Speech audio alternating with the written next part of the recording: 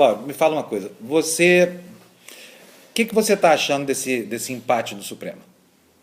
Eu acho que a questão é simples, né?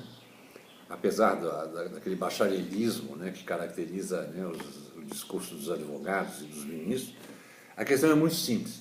Um sistema judicial precisa manter coerência interna. O que quer dizer isso? Ele não pode levar a um certo tipo de conclusão, dada umas certas circunstâncias, e a um tipo diferente, nas mesmas circunstâncias, se a esfera é outra. Assim. Então, se você tem um governador que é acusado dos mesmíssimos crimes dos quais foram acusados os réus do mensalão, esse governador vai ser julgado no Superior Tribunal de Justiça, no STJ, onde não existe a possibilidade de ingressar com esses tais embargos infringentes. A mesma coisa acontece se um prefeito é processado no Tribunal de Justiça, ou na Justiça Federal, né? Só que existe no regimento interno do STF um dispositivo que lá ficou, que se interpreta que os réus podem entrar com tais embargos de infringência. Agora, então se trata de saber o seguinte: o que é mais importante num jogo qualquer, né? É um jogo de regras. O que é mais importante? São as regras gerais ou aquilo que está inscrito lá incidentalmente num regimento interno de um tribunal? Porque se valer essa interpretação, que é a interpretação do ministro Barroso, do Lewandowski, etc., então, os réus que vão para o STF, eles têm uma posição privilegiada em relação a todos os outros réus do sistema judicial brasileiro. Então, se o sujeito é de alto coturno, ele vai ser privilegiado, ele vai ter mais oportunidades de contestar decisões da justiça, apresentar recursos, etc., protelando a resolução dos processos. E é isso que está em jogo. E a mim me parece claríssimo, né? Você não pode ter um jogo, né? Um conjunto de regras que contenha esse tipo de contradição. É uma contradição. Você não pode ter uma regra geral que vale para todo mundo, menos para o STF. Isso é absurdo, né? Esse argumento foi apresentado, foi muito frisado pela Carmen Lúcia, pelo Marco Aurélio, pelo Gilmar Mendes, e para mim, pelo menos, faz todo sentido, né? Por isso que eu acho que é simples a questão, né, sob esse ponto de vista. É uma questão de saber se o sistema pode ou não, como diz o Marco Aurélio, fechar. Se ele deve ou não fechar.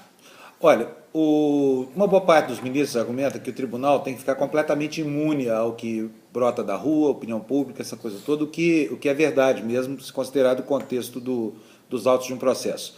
Mas você acha que o Supremo é completamente imune ou ele tem deixado, por exemplo, com seu silêncio, com suas ações, favorecer um grupo e desfavorecer outro? Olha, é claro que o tribunal precisa ser imune a isso, né? É isso que idealmente deveria acontecer. A gente viu ao longo do processo, do transcorrer do processo do mensalão, que nem todos os ministros se comportam dessa maneira. Alguns se comportaram de maneira claramente tendente a favorecer certos réus, né? Isso está errado, isso, tá certo? Agora, o tribunal, o STF, como qualquer tribunal, não tem antídotos contra isso, né? Por causa das práticas, né, dos operadores do direito. Eles dizem, não, o ministro tem a liberdade total de dizer o que quiser, no tempo que quiser.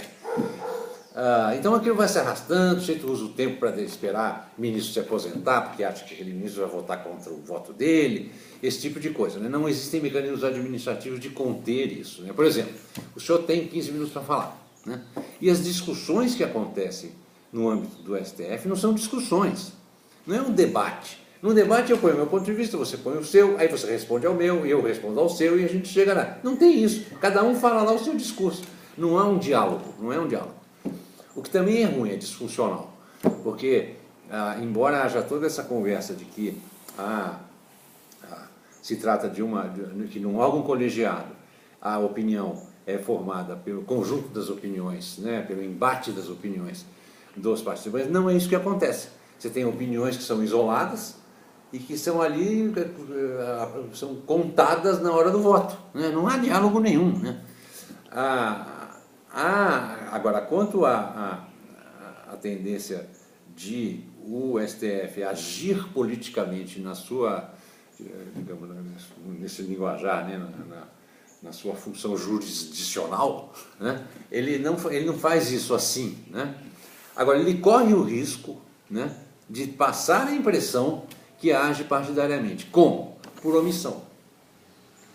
E uma omissão que está aí na cara, né, é a omissão relativa ao chamado mensalão mineiro, que foi o precursor desse mensalão, que envolve os tucanos e não os petistas, e que está demorando, tá certo? Mais do que devia, e corre o risco de demorar mais ainda, porque o relator desse processo era o ministro Joaquim Barbosa, que, sendo presidente do STF, aparentemente não pode ser, e eu friso aparentemente, não pode ser relator de processo, então ele será redistribuído a outro ministro, o qual vai demorar meses e meses e meses para entender o que acontece com aquele processo, para poder formular o seu voto, o que vai necessariamente passar a impressão de que o STF protegeu os tucanos e prejudicou os petistas, né? O que é muito ruim.